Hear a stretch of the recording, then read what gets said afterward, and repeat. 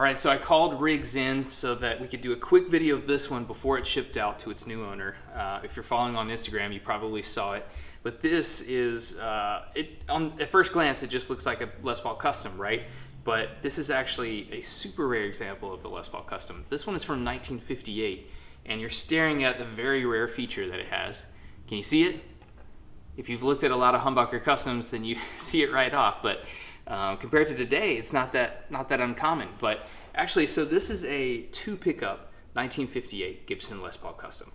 So if you're kind of familiar with the Les Paul Custom history, started producing them in late '53 with an Alnico 5 pickup in the neck and a P90 in the bridge. Stayed like that until 1957 when they introduced the humbucking pickups.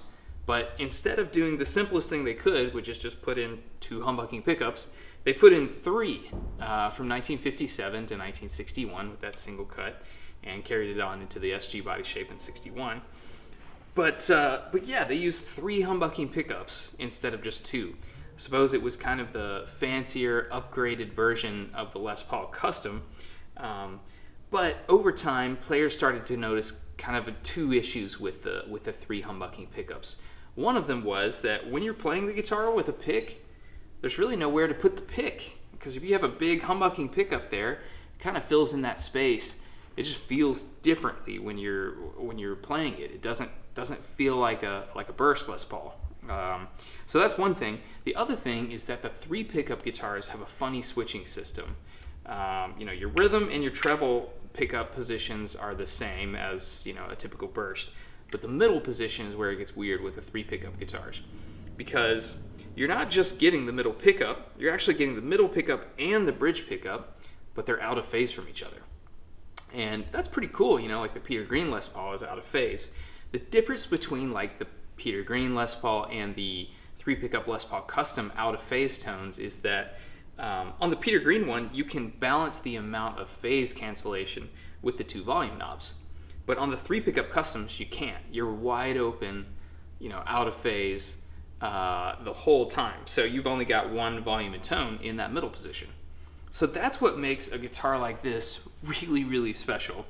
And Gibson did just very few of these. We don't have a total number of these produced, but I've seen estimates, quality estimates between 20 and 30 examples made between 1957 and 1961. So as soon as I got word of this one 2 years ago, I've been on just an insane hunt for it because, just opportunities to get in the same room as a guitar like this are so very rare. It's a long story, but I ended up out in the desert of New Mexico 2 years ago looking for this guitar and ended up coming home. And then it took about 2 years to actually get in touch with the owner and be able to buy it. So I was thrilled to be able to buy this one. So if you're following on Instagram, you probably saw that day.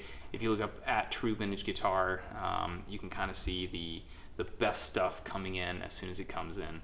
Because some really special stuff like this sells pre-market before I get a chance to really properly list it for sale. So that's what happened with this one. It sold kind of before it went to market from a long-time customer. So if you want to jump on stuff, hit me up on Instagram and give a follow there, and you'll get kind of the day one entrance of a lot of the guitars that come in. So, like this one. So I finally bought it from a man named Fred, and I asked him the story about the guitar, and he said that he actually bought this used at the pawn shop in the early 1960s, and I think his uncle owned that pawn shop. And this one came in, and it was inexpensive. It was like $100, he said. But it sat for a long time and no one bought it.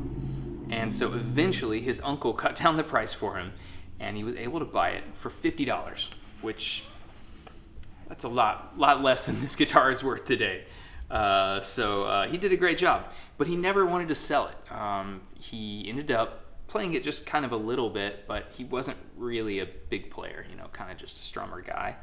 And then in the late 1980s, his son was in high school and needed a guitar to play in the jazz band. So this guitar played in the high school jazz band in New Mexico in the 1980s, which I find pretty spectacular.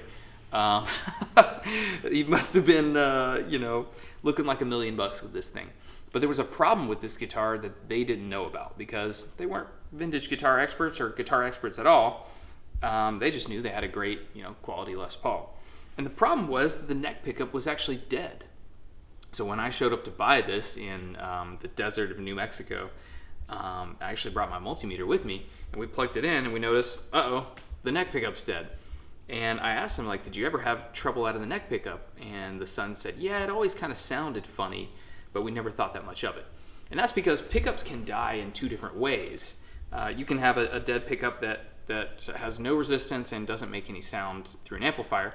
And you can have one that actually does make sound through an amplifier. It'll just be like really thin and no rich fullness. So that's what was going on with this one, the neck pickup. They didn't realize it was dead. So anyway, I bought the guitar anyway because, wow, I love this guitar. It was unmodified in every other way except it had a different bridge on here. The ABR one had collapsed, but they had the original ABR one in the case. So I got it home. I sent the entire guitar to Tom Brantley, who's a great pickup repairman. He does a lot of like Strat pickups for me. And I sent the entire guitar because I didn't want to disturb any extra solder anywhere on the guitar. So I said, open up that neck pickup, just take the solder off the cover, open it up, and check to see if you can repair it. He said that the slug coil, I believe, was dead. And so he took it out from the harness and he started hand unwrapping it to see if he could find a break to repair it. He said he found a jumper wire halfway through the coil. So he was excited and he reconnected that jumper thinking that maybe that was the problem, but the pickup was still dead. So he had to go all the way down and rewind just that one coil and then reinstall it, and now it's good to go. So yeah, we prefer that he could repair that coil, but in the absence of that, he's using the exact same pickup wire and everything and match the output to the other coil. So it's a spectacular sounding pickup, and he did an incredible job putting that cover on. Here's a picture of what the pickups look like today. This is exactly what the PAFs should look like. And you can see solder on PFs is not always as like perfect bubbly as I think a lot of people want them to look like. Here's a couple of others if you'd like to see. These are all undisturbed solder. So this one I think is a great result. We retained as much originality as possible on this guitar that is impossibly rare. This is the only one I've ever had a chance to buy. So I'm just excited to have had it in the shop. And you're going to hear my friend Riggs playing this in just a minute. But I wanted to kind of point you to two cool Gibson books that have a little bit more information about two pickup Les Paul Customs. So this one is by Andre Deschessois. It's Gibson Electric's The Classic Years. This is an old version of it, but you can still get it on like eBay and stuff. And Andre has passed on, but an incredible researcher. He's got some other great books about whatever you want to learn about vintage guitars. But they talk about the Les Paul Custom and when it transitioned to humbuckers. And there's a mention right here on page 202 that says a few customs were factory built with 2 humbuckers on a custom order basis between 57 and 61.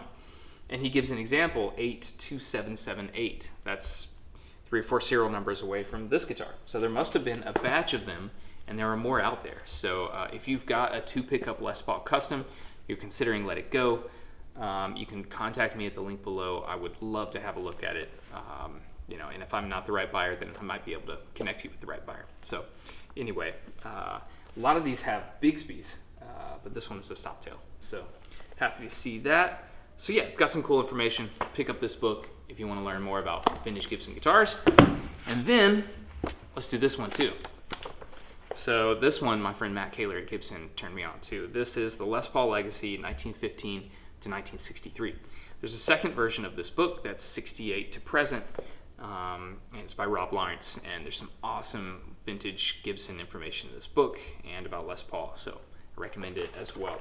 The cool thing they mention here, they mention the 2 pickup Les Paul Custom. They also mention and have a picture of Johnny Winters playing a 2 pickup Les Paul Custom early in his career. And there's one as well on page 168. And then, let's see, old Johnny Winters right here. Can you get it on this, Riggs? there he is. So his has a Bigsby.